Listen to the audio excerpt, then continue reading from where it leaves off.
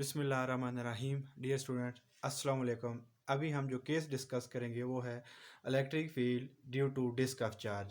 कि हमारे पास एक डिस्क है जिसके ऊपर चार्ज यूनिफॉर्मली डिस्ट्रीब्यूटेड है, तो उसके अक्रॉस उसकी वजह से इलेक्ट्रिक फील्ड हम फाइंड करना चाह रहे हैं।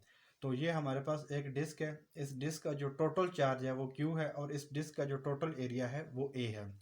अब अगर आप एक काम करें कि एक डिस्क लें और उसको सर्कल में काटना शुरू कर दें, यूं एक बार काटें, फिर से थोड़ा सा नीचे करके और काटें, फिर और नीचे करके करते करते ओ तक उसको काटें सर्कल में, तो क्या होगा कि वो डिस्क एक बहुत सारी रिंग्स की फॉर्म में कन्वर्ट हो जाएंगे। जो सबसे अंदर रिंग होगी सेंटर के ऊपर वो सबसे छोटे रेडियस की होगी। जैसे जैसे आप दूर जाते चले जाएंगे उस रिंग का रेडियस बढ़ता चला जाएगा, यानी कि डिस्क को हमने बहुत सारी रिंग्स की फॉर्म में कन्वर्ट कर सकते हैं। तो ऐसे ही कुछ काम हमने करना है कि हम यहाँ पे उसकी एक रिंग कंसिडर करेंगे। रिंग की वजह से इलेक्ट्रिक फील्ड फाइंड करने के बाद हम उसको इसके रेडियस के अक्रॉस, डिस्क के रेडियस के अक्रॉस हम इसको इंटीग्रेट करेंगे तो टोटल डिस्क का रेडियस हमें पता चल जाएगा।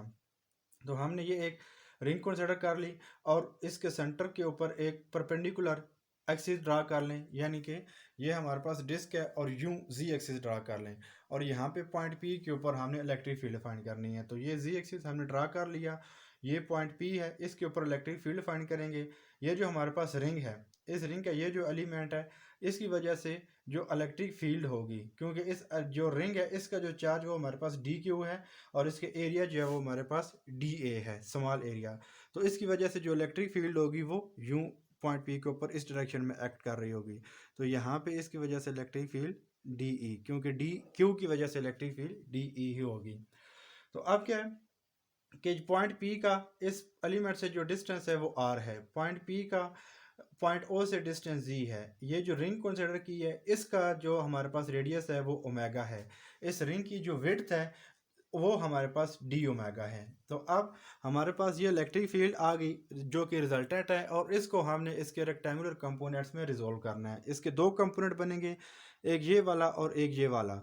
तो जो पहला कंपोनेंट होता है उसकी जो टेल है वो रिजल्टेंट की टेल के साथ होनी चाहिए। तो रिजल्टेंट की डायरेक्शन अगर इधर है तो ये इसकी टेल होगी, तो मतलब इसकी भी टेल यहाँ पे होगी और इसकी जो डायरेक्शन है वो अपवर्ड होगी। तो जिस साइड पे टेल होती है दूसरी साइड पे उसकी डायरेक्शन होती है। और जो इसका दूसरा कंपोनेंट होता है उसका हेड रिजल्टेंट के हेड से मिलना चाहिए। रिजल्टेंट का हेड इधर है और ये दूसरा कंपोनेंट है, तो मतलब इसका हेड इधर होगा तो इसकी टेल इधर, तो उस कंपोनेंट की डायरेक्शन इधर होगी।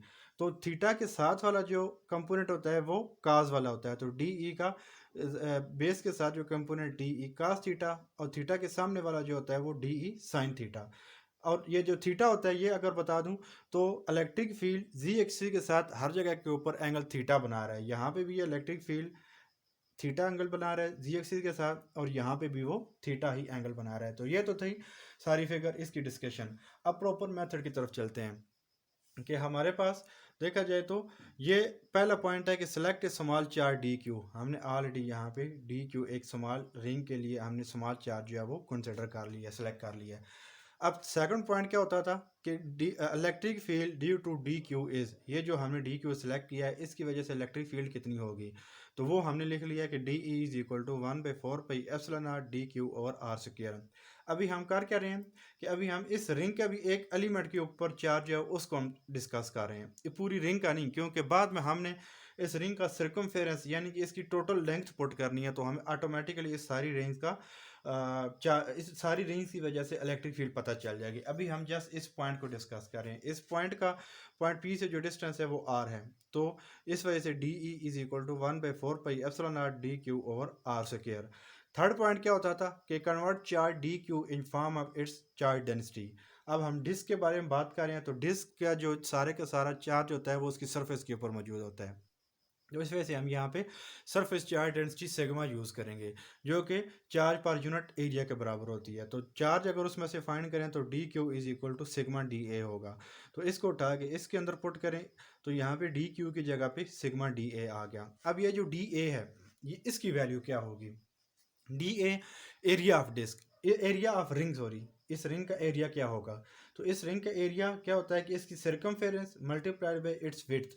सर्कमफेरेंस यानी कि इसकी कंप्लीट लेंथ सर्कल के अक्रॉस, तो सर्कल की हमेशा लेंथ 2 पाई रेडियस होता है, तो इसका रेडियस हमारे पास ओमेगा है, तो 2 पाई ओमेगा इसकी सर्कमफेरेंस यानी कि इसकी लेंथ और डी ओमेगा इसकी विड्थ, तो दोनों को हमने मल्टीप्लाई किया तो हमारे पास एरिया आ गया। और इसकी वैल्यू उठा के इसके अंदर पुट करें तो हमारे पास D E is equal to 1/4 pi epsilon not sigma 2 pi omega D omega और आर स्क्वायर।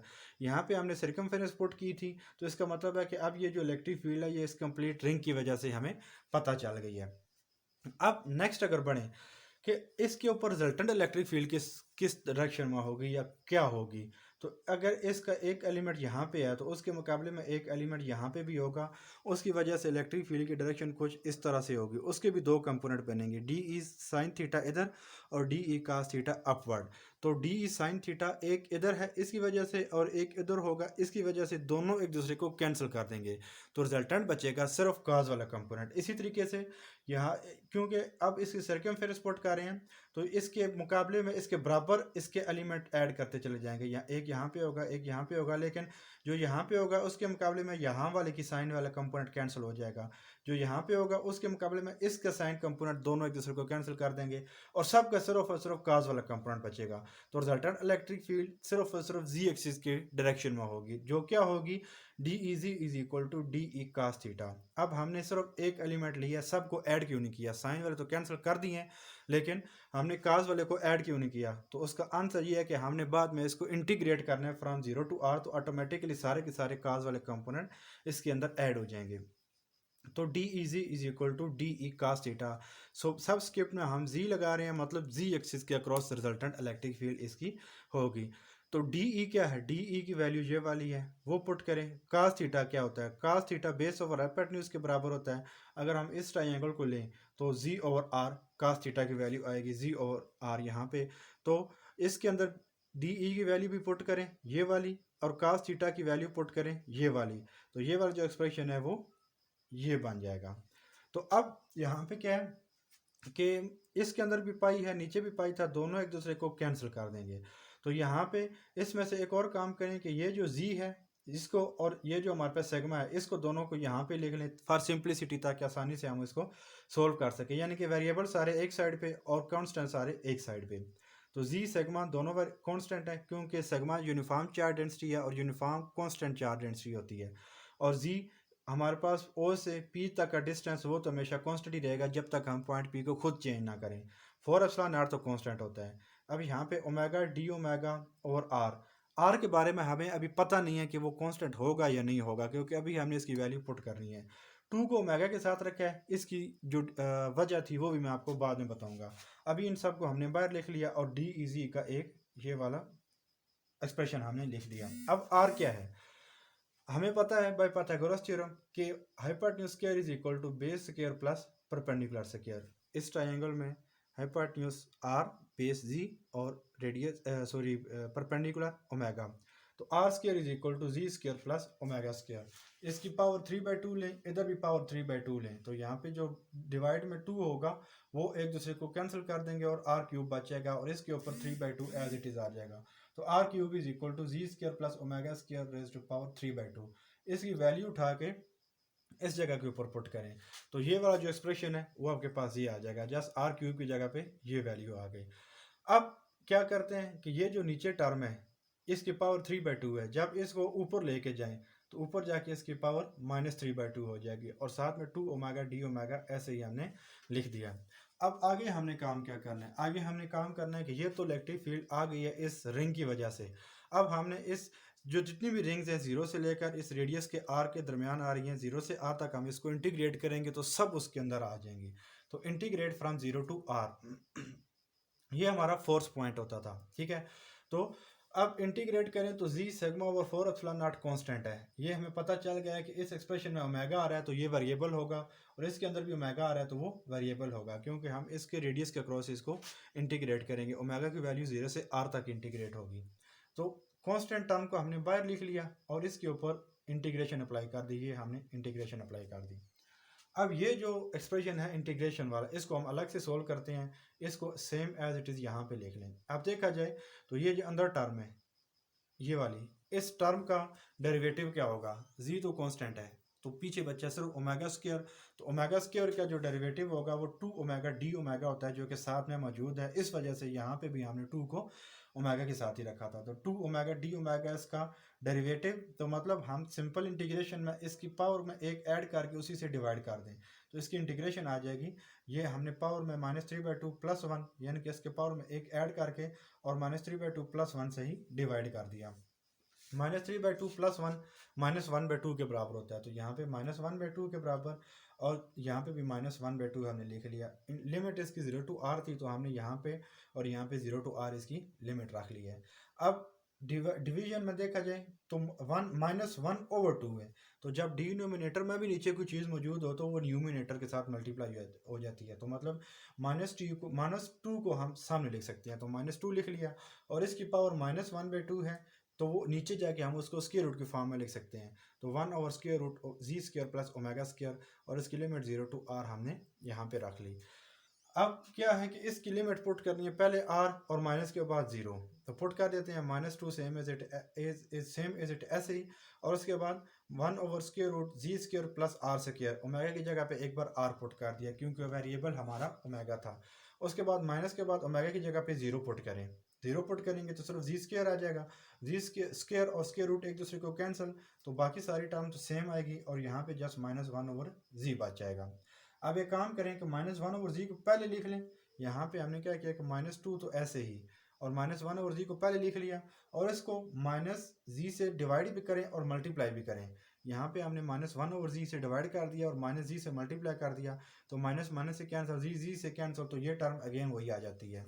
ऐसा किया क्यों है कि अब हम यहाँ से देखा जाए तो -1/z मौजूद है, -1/z मौजूद है, तो हम -1/z को कॉमन ले लेते हैं। जब कॉमन लेंगे तो माइनस ऑलरेडी पहले मौजूद है और ये कॉमन आने वाला माइनस दोनों एक दूसरे को कैंसिल कर देंगे और नीचे डिवीजन में जैसे हमने z को कॉमन लिया हुआ तो 2/z और अंदर बच जाएगा 1 - z/√z² + r² बन जाएगा। ये हमने इस इंटीग्रेशन की वैल्यू फाइंड कर लिया है। तो इसकी वैल्यू ये जो बन रही है इसको उठा के यहाँ पे पुट करें, यानी कि z/4ε0 के साथ हम ये वाली वैल्यू रख दें। तो यहाँ पे हमने ऐसे ही किया कि z/4ε0 साथ में 2/z × 1 - z/√z² + r², ये same as it is value हमने यहाँ पे रख दी। अब यहाँ पे 2 है, डिनोमिनेटर में हमारे पास 4 है, दोनों एक दूसरे को कैंसिल कर दी, यहाँ पे 2 आ जाएगा। यहाँ पे z और z दोनों कैंसिल हो जाएंगे, तो बचेगा क्या, σ/2ε0। तो σ/2ε0 बच गया और ये वाली अंदर वाली टर्म है उसको हमने एज इट इज यहाँ पे लिख दिया। ये एक्सप्रेशन होता है electric field due to a disc of charge और ये इसका फाइनल एक्सप्रेशन है। अब अगर हम एक काम करते हैं कि इसके लिए एक स्पेशल केस को डिस्कस करते हैं। स्पेशल केस क्या है कि when r is much greater than z, यानी कि ये जो हमारे पास डिस्क है इसका रेडियस r है, हम एक काम करें कि डिस्क को बहुत बड़ा कर दें, पॉइंट P वहीं पे है, जस्ट हम डिस्क को बहुत बड़ा कर रहे हैं, यानी कि उसका रेडियस बहुत ज़्यादा हो गया और रेडियस बहुत ज़्यादा तो उसके मुकाबले में z की वैल्यू बहुत कम। तो ये वाला जो एक्सप्रेशन बन रहा है इसके अंदर z/√z² + r², इसको हम 0 के बराबर अप्रोच करा सकते हैं, यानी कि ये ऑलमोस्ट 0 हो जाएगा। क्यों देखा जाए तो z छोटी टर्म है और यहाँ पे भी z बहुत छोटी टर्म है, लेकिन r² बहुत बड़ी टर्म, यानी कि न्यूमिनेटर में बहुत छोटी टर्म और डिनोमिनेटर में बहुत बड़ी टर्म, तो जिसका आंसर बहुत बहुत बहुत स्मॉल आएगा, जिसको हम ऑलमोस्ट 0 लिख रहे हैं। जिसके अंदर अगर हम 0 पुट कर दें यहाँ पे जस्ट 1 बच जाएगा, जो कि इसके साथ मल्टीप्लाई होकर वही आंसर आएगा कि EZ = σ/2ε0। ये वाला जो एक्सप्रेशन होता है, ये एक्सप्रेशन होता है electric field due to an infinite sheet of charge. तो हम कह सकते हैं कि जब डिस्क का रेडियस बहुत ज़्यादा हो जाए तो वो एक इनफाइनाइट शीट ऑफ चार्ज के तौर पे ही बिहेव करती है। तो ये था electric field due to disc of charge.